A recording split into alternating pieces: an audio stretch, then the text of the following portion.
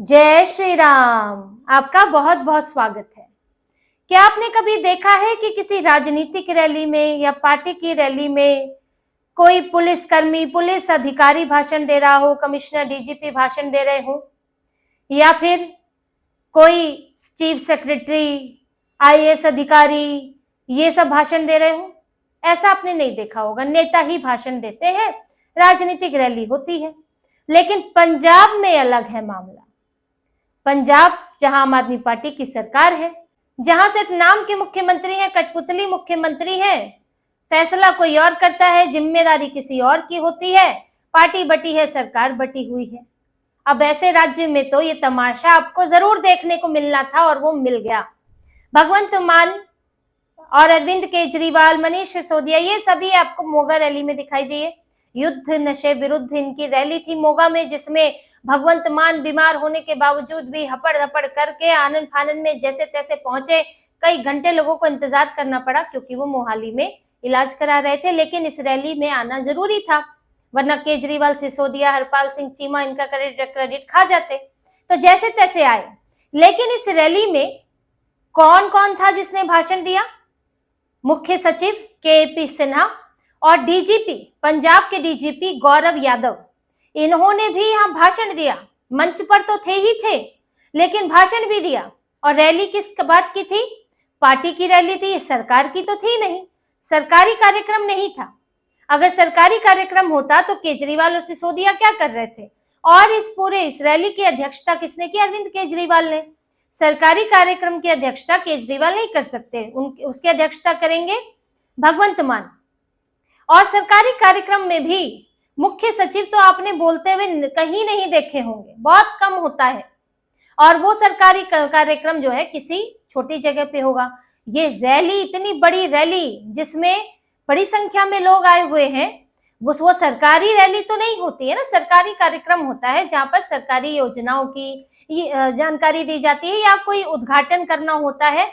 तो वो सरकारी कार्यक्रम होते हैं, किसी ऑडिटोरियम में होंगे, किसी बंद जगह पर होते हैं। लेकिन ये तो रैली थी और इस रैली में डीजीपी बोल रहे हैं गौरव यादव, वो भी अपनी कैपेसिटी से बाहर। उनको भी अब क्या दबाव था क्या नहीं था ये भी एक बात है, लेकिन वो वहां पर बोल रहे हैं कि कैसे हमने नशे के विरुद्ध युद्ध छेड़ा है, कैसे वॉलेंटियर हमारी मदद करते हैं, हमने कितनों को पकड़ा, क्या क्या किया। लोगों को भरोसा दिलाने में लगे कि हाँ देखो भगवंत मान की सरकार कुछ कर रही है। डीजीपी खुद बोल रहे हैं मंच से। मुख्य सचिव के.पी. सिन्हा, वैसे तो मुख्य सचिव हैं, बड़े अधिकारी हैं, नियम कानून की जानकारी उनको होनी चाहिए, होगी भी, लेकिन पंजाब किस में जो चल रहा है उसमें तो कोई नियम कानून वैसे भी नहीं दिखता है। तो वो भी आके मंच से बोले और लोगों से मदद मांगी कि सिर्फ हम ये अकेले नहीं कर सकते, आपको भी ये करना चाहिए, आपको इसमें मदद करनी चाहिए। अब ये ऐसा लग रहा था कि डीजीपी और चीफ सेक्रेटरी आम आदमी पार्टी के लिए वोट मांग रहे हैं। ये ठीक वैसे था कि आप काम गिनाइए और बदले में वोट दीजिए, यही वाली बात तो है। हम तो भाई बड़ा अच्छा काम कर रहे हैं, हमारे लिए वोट दे दो। तो आप सरकारी अधिकारी होकर पार्टी के प्रचार के काम में लगे थे, जो कि पूर्णतः गलत है, पब्लिक सर्विस रूल के खिलाफ है। और इस मामले को अब पंजाब की राजनीतिक पार्टियों ने उठाना शुरू कर दिया है। बीजेपी के जो प्रदेश अध्यक्ष है सुनील जाखड़, उन्होंने सवाल उठाया ये सरकारी मशीनरी का, सरकारी संसाधनों का दुरुपयोग है।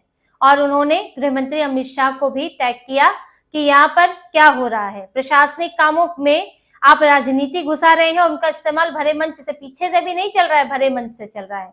इसी तरह से अकाली दल के नेता हैं गुरप्रीत सिंह रल्लू, उन्होंने भी सवाल उठाया कि यहाँ पर कैसे दो सरकारी कर्मचारी, सरकारी अधिकारी भाषण दे सकते हैं।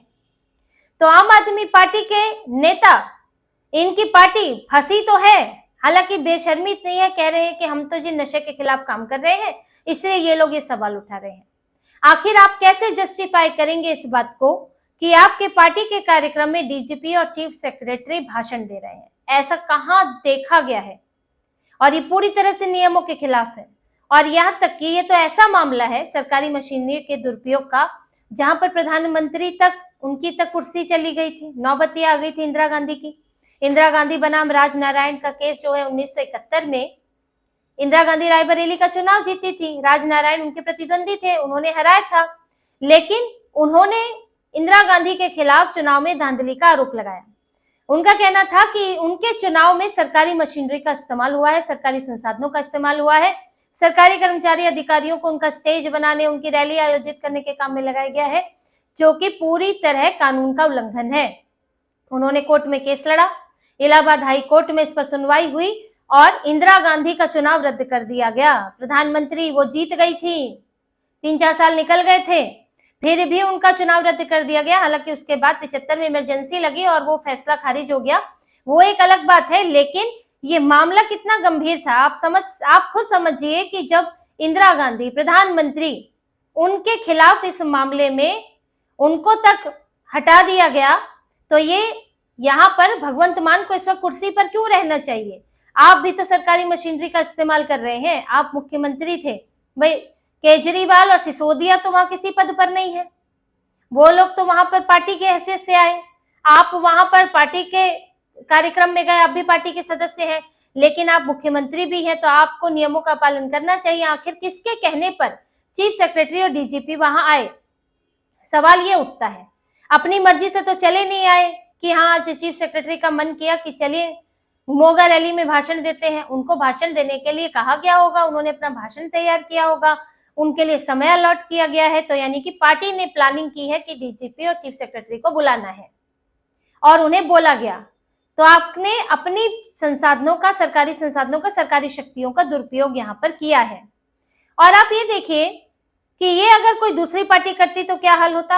आप समझिए पीएम मोदी रैली के लिए जाते हैं, वहां पर क्या चीफ सेक्रेटरी जाते हैं पीएमओ के में, जो उनके सेक्रेटरी हैं, सलाहकार हैं, क्या वहां जाते हैं कि वहां पे मंच से भाषण दे रहे हैं? या वो छोड़ दीजिए उनकी रैली ऑर्गेनाइज कर रहे हैं, वहां पर सुरक्षा कर्मी होते हैं जो पीएम को मिलते हैं, उसके अलावा पार्टी के लोग होते हैं। हाँ, पीएम मोदी अगर सरकारी काम से जाएंगे या विदेश में जाएंगे तो तब उनके साथ चीफ सेक्रेटरी रहते हैं, वहां जरूरत पड़ी बोलने की तो वो बोलेंगे भी, लेकिन वो पार्टी का काम नहीं होता। भारत में 2 जिम्मेदारियां एक नेता के पास रहती है, हमेशा हर किसी के पास हो जरूरी नहीं, लेकिन खास तौर से जो बड़े नेता है उनके पास 2 जिम्मेदारियां रहती है।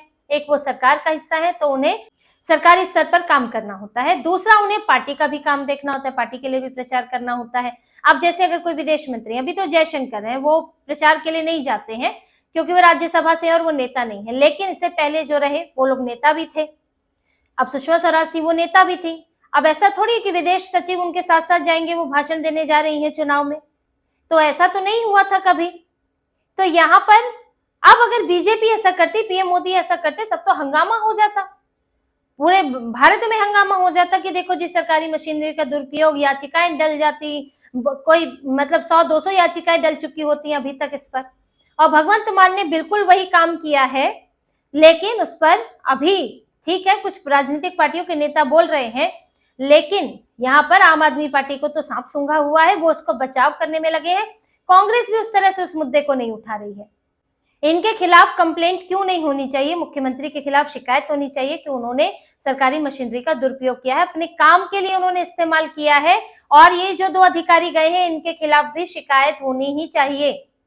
जैसे कि ममता बनर्जी के साथ डीजीपी पहुंच गए थे, जबकि वो कह रही है मैं तो टीएमसी की प्रमुख के तौर पर गई थी, तो आप किस लिए गए थे?